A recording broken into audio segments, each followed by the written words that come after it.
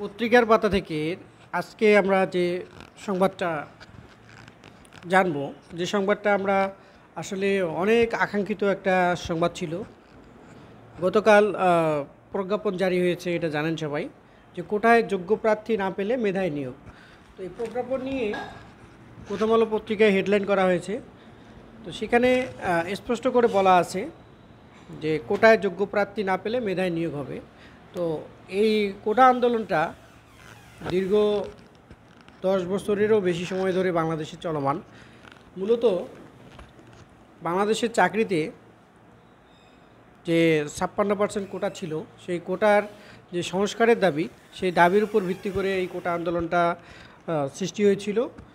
তো সেই সংস্কার কিন্তু 2018 সালে নবম গ্রেড থেকে দ্বিতীয় শ্রেণী 13তম গ্রেড পর্যন্ত কোটাকে উঠিয়ে দেওয়া হয়। পরবর্তীতে যারা কোটায় ছিল তারা আসলে আবার সেটাকে চালু করার জন্য হাইকোর্টে একটা মামলা করে। পরবর্তীতে সেটা এই রিসেন্ট যে ঘটনা, সেখানে সেটাকে বহাল করা হয়। এর প্রেক্ষিতে সারা দেশব্যাপী এক ধরনের বিশৃঙ্খল সিচুয়েশন তৈরি হয়। তো এর প্রেক্ষিতেই সরকার সেটা আবার সেটা আবেদনের মাধ্যমে সেই কোটাকে রিশিডিউলিং, অর্থাৎ কোটাকে সংস্কার করার জন্য আবেদন করে। এরপর এটা সংস্কার করা হয়। তো প্রজ্ঞাপনে মূলত যে বিষয়টা বলা হয় সেটা হচ্ছে সরকারি, বেসরকারি এবং অন্যান্য যে প্রতিষ্ঠানগুলো আছে, স্বায়ত্তশাসিত, আধা সরকারি, সব ধরনের চাকরি পরীক্ষায় এখন থেকে 93% মেধায় নিয়োগ হবে এবং 7% কোটায় নিয়োগ হবে। তো 7%-এর মধ্যে 5% হচ্ছে মুক্তিযোদ্ধা যারা, তারা এবং মুক্তিযোদ্ধার যে ছেলে বা মেয়ে আছে তারা, এবং সেই সাথে 1% হচ্ছে উপজাতি নৃগোষ্ঠী যারা আছে তাদের জন্য, এবং 1% হচ্ছে যারা হচ্ছে চলতে পারে না, অর্থাৎ যারা শারীরিক প্রতিবন্ধী, এবং সেই সাথে যারা তৃতীয় লিঙ্গ বা অন্যান্য যে ক্যাটাগরিতে পড়ে তারা। তো এভাবে 100% মিল করা হয়েছে। তো এই কোটার যে যৌক্তিক সংস্কার, এটা কিন্তু বর্তমান যুগে খুব জরুরি ছিল। কারণ একটা মেধাভিত্তিক প্রশাসনই কিন্তু একটা দেশকে এগিয়ে নিয়ে যেতে পারে। আর একটা দেশ যদি এগিয়ে না যায়, তাহলে কিন্তু সেই দেশের মানুষগুলো ততটা উন্নতি করতে পারে না এবং একটা বিশৃঙ্খল অবস্থা তৈরি হয়।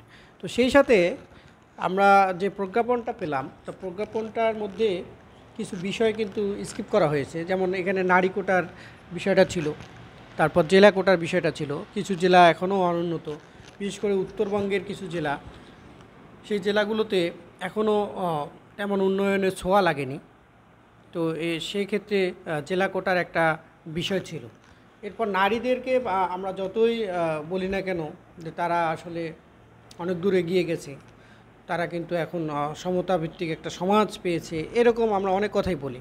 কিন্তু আসলে কি তারা প্রকৃত সমাজ পেয়েছে, বা সমতাভিত্তিক সমাজ কি তাদের সামনে আছে কি না, সেটা আসলে প্রশ্ন থেকে যায়।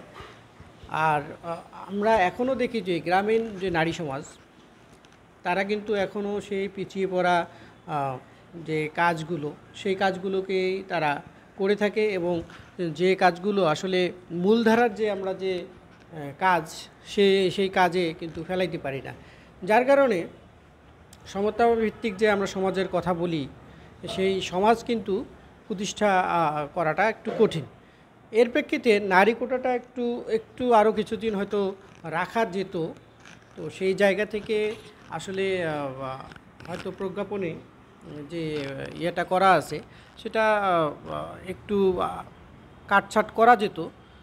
তো যেহেতু প্রজ্ঞাপন হয়ে গেছে, এখন সরকার চাইলে পরবর্তীতে যদি এরকম কোনো সমাজের কোনো গ্যাপ তৈরি হয়, যে নারী পুরুষের বৈষম্যটা বড় ধরনের গ্যাপ হয়ে থাকে, তখন কিন্তু সরকার চাইলে এটাকে সংস্কার করে একটু তাদের সংখ্যা বাড়ানো বা তাদেরকে একটু বেশি সুযোগ দেওয়ার একটা সুযোগ রাখতে পারে। ওভারঅল যে কথাটা, সেটা হচ্ছে অবিলম্বে এই প্রজ্ঞাপনটা কার্যকর হবে। আর সেই সাথে যে কোটা আন্দোলনকারীদের যে চাওয়া, সেই চাওয়াটাও আসলে এর মাধ্যমে পূরণ হয়ে যায় এবং দেশের যে একটা কয়েকদিন যে আমাদের যে অস্থির একটা অবস্থা চলে গেল, সেই অস্থির অবস্থা আস্তে আস্তে আসলে স্বাভাবিক হচ্ছে। তো আমরা আসলে সবাই দেশকে ভালোবাসি, দলমত নির্বিশেষে আমাদেরকে দলমত নির্বিশেষে দেশকে ভালোবাসতে হবে। কিন্তু আমরা যদি দেশের ক্ষতি করি তাহলে আমাদের নিজেদেরই ক্ষতি। তো আমরা যেহেতু বাঙালি, আমরা সবাই কাঁধে কাঁধ রেখে দলমত নির্বিশেষে দেশটাকে এগিয়ে নিয়ে যাব, এই কামনায় সবাইকে একাত্মভাবে চলার আহ্বান জানাচ্ছি। ধন্যবাদ সবাইকে।